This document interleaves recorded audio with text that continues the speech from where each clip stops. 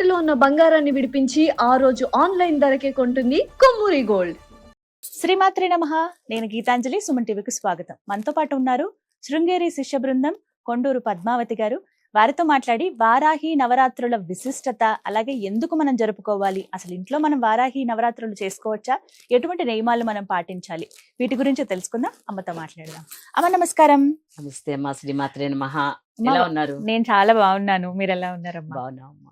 అమ్మ, వారాహి నవరాత్రులు జరుపుకోవాలా వద్దా అనేది ఒక పెద్ద సందేహం. అయితే ఎటువంటి ఫలితాలు పొందుతాం మేము, ఎందుకు జరుపుకోవాలనే వాళ్ళు కొంతమంది, నియమాలు ఏమైనా ఉన్నాయా, ఎటువంటి నైవేద్యాలు అమ్మకి సమర్పించాలి, అసలు ఎటువంటి మంత్రాలు చదవాలి, అంటే మాకు గురువులు ఎవరు లేరండి, గురుపదేశం ఏం తీసుకోలేదు, ఏ మంత్రం చదివితే అమ్మ అనుగ్రహం పొందుతాము, దాంతో పాటుగా ఆ అమ్మ ఉగ్ర రూపం కదా, మేము ఇంట్లో పూజ చేసుకోవచ్చా, ఈ నవరాత్రులు మేము కూడా జరుపుకోవచ్చా అని గృహస్థులు కూడా అడుగుతూ ఉంటారు. ఏం చెప్తారు?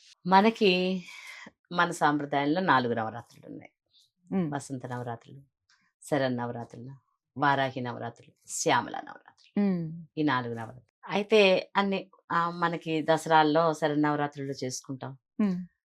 శ్రీరామనవమి అప్పుడు మనకి వసంత నవరాత్రులు చేసుకుంటాం. ఇప్పుడు ఆషాఢ మాసంలో వచ్చేటటువంటి పాడ్యం నుంచి 9 రోజులు వారాహి నవరాత్రులు చేస్తాం. అసలు ఎందుకు ఇది? ఫస్ట్ అన్ని మూర్ఖంగా మూఢంగా వెళ్ళొద్దు. ఎందుకు ఇది ఇలాగ వారాహావతారంతో ఎందుకు ఉంది? ఈ వరాహావతారంతో ఉన్నటువంటి విధానం ఏమిటి అంటే, ఈ వరాహానికి భూమిని ఐడెంటిఫై చేసేటటువంటి తత్వం ఉంది. భూమిని గుర్తుపట్టగల తత్వం వరాహావతారానికి ఉంది. ఎందుకనంది ఉందంటే, అవిద్యానామంతస్తిమిరమిహిరద్వీపనగరే జడానాం చైతన్యస్తబకమకరందస్మృతిజరీ దరిద్రాణాం చింతామణి గుణనికా జన్మజలధౌ నిమగ్నానాం దంశ్రా మురరిపువరాహస్య భవతి.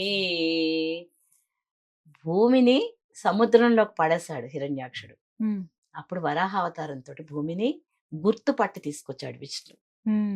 ఓకేమ్మా. అయితే దీనికి దానికి సంబంధం ఏమిటంటే, ఇప్పుడు అంతా కూడా కాస్త వర్షాలు పడి భూమిని దున్ని విత్తనాలు నాటేటాయి సమయం మన. అందుకని ఈ వారాహి దేవికి పూజ చేసి ఈ విత్తనాలు నాటడం కోసం మొత్తం యావత్ ప్రపంచానికి కూడా ఈ అవతారాన్ని ప్రాధాన్యత ఇచ్చారు.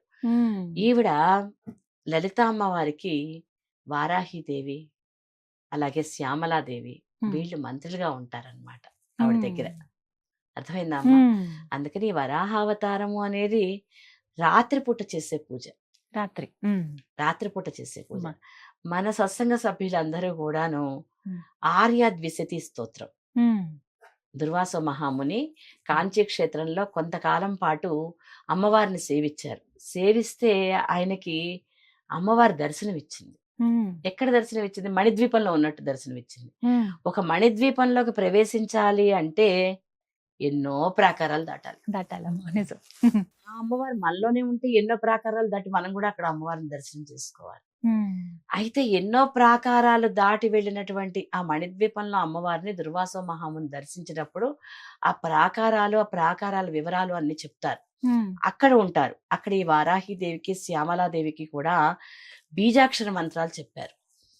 ఈ బీజాక్షర మంత్రాలు ఎక్కడో చూసో బుక్ లో ప్రింట్ అయితేనో అలా చదవకూడదు, అలా చేయకూడదు. దీనికి తప్పకుండా ఒక గురువు అనేటటువంటిది చాలా అవసరం. ఎలా ఉండాలి? ఆ గురువులు కూడా సాధనా పరులై ఉండాలి. ఉండాలన్నమాట.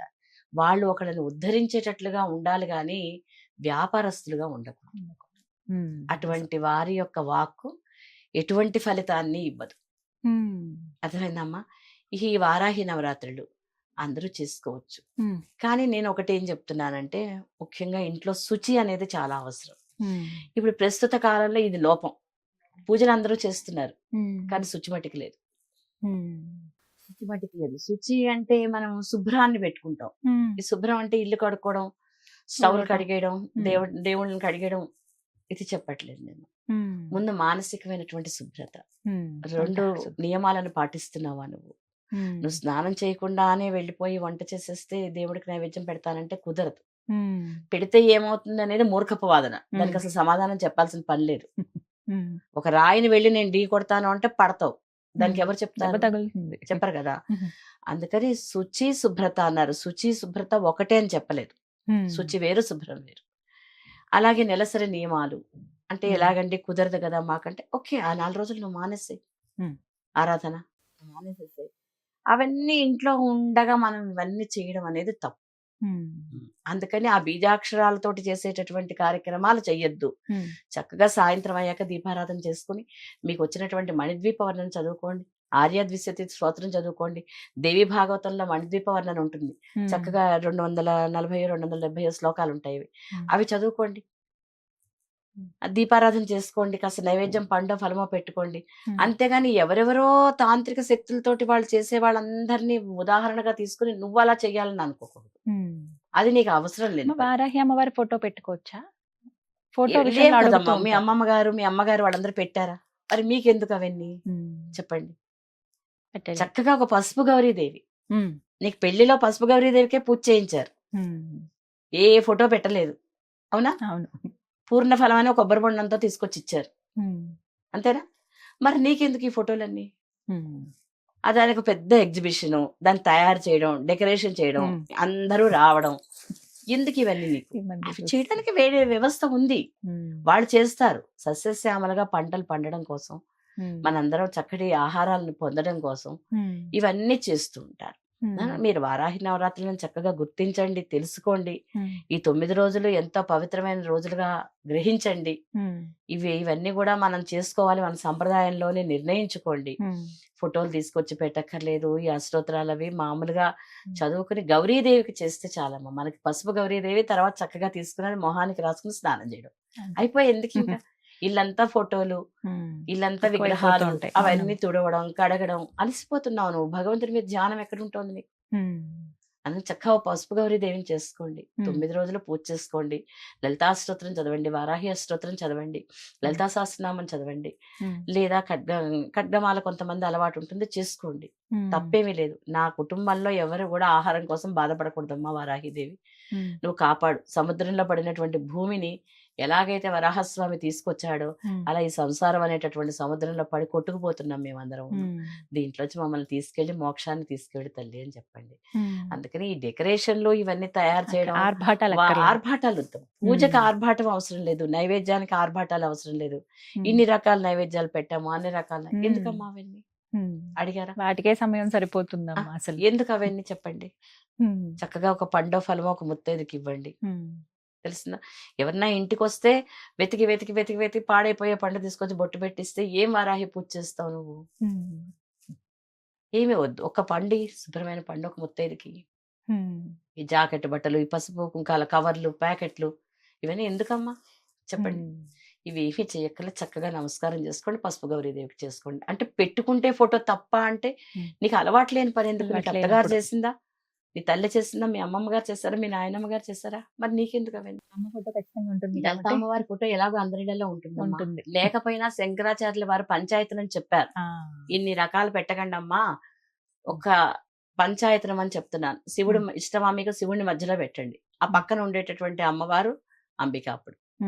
లేదా విష్ణువు ఇష్టమా, విష్ణువుని పెట్టండి, అదే అమ్మవారు ఇక్కడ లక్ష్మీదేవి.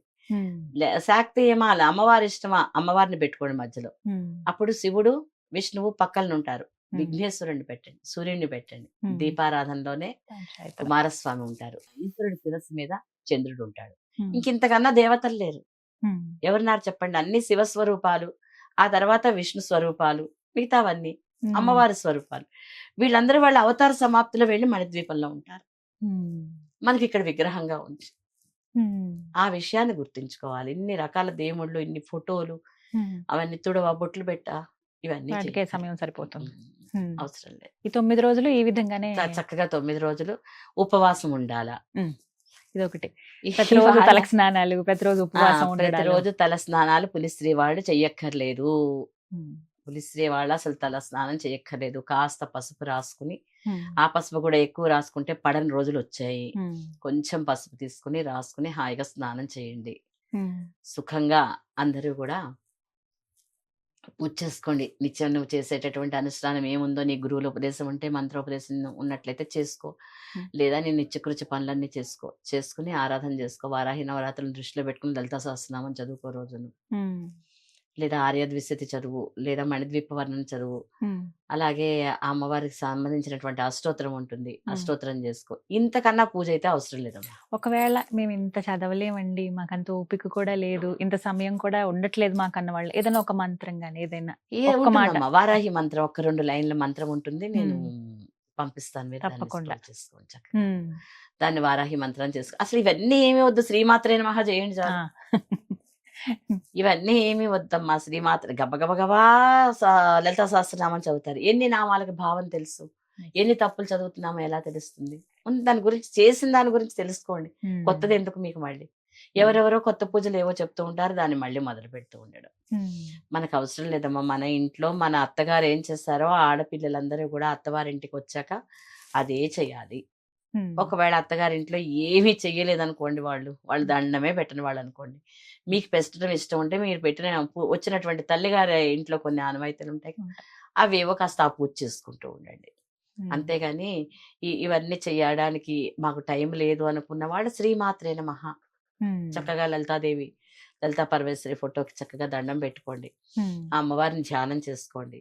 9 రోజులు చక్కగా ఉందని ఒక జర్నీలోనో ఎప్పుడో మీకు కుదిరినప్పుడు లలితా సహస్రనామాన్ని చదువుకోండి. ఉమ్, లేదా వినండి, ఉమ్, అట్లీస్ట్ వినండి. కనీసం. చదవడం కూడా మీకు ఇబ్బంది అయితే వినండి. ఉమ్, విన్నా ఫలితమే, దృష్టి దాని మీద ఉంటుంది కనుక. ఉమ్. ఈ విధంగా వారాహి నవరాత్రులు వారాహి జరుపుకోమంటారు. నవరాత్రులు చక్కగా చేసుకోండి. వివరించారమ్మా. ధన్యవాదాలు. శ్రీమాత్రే నమః.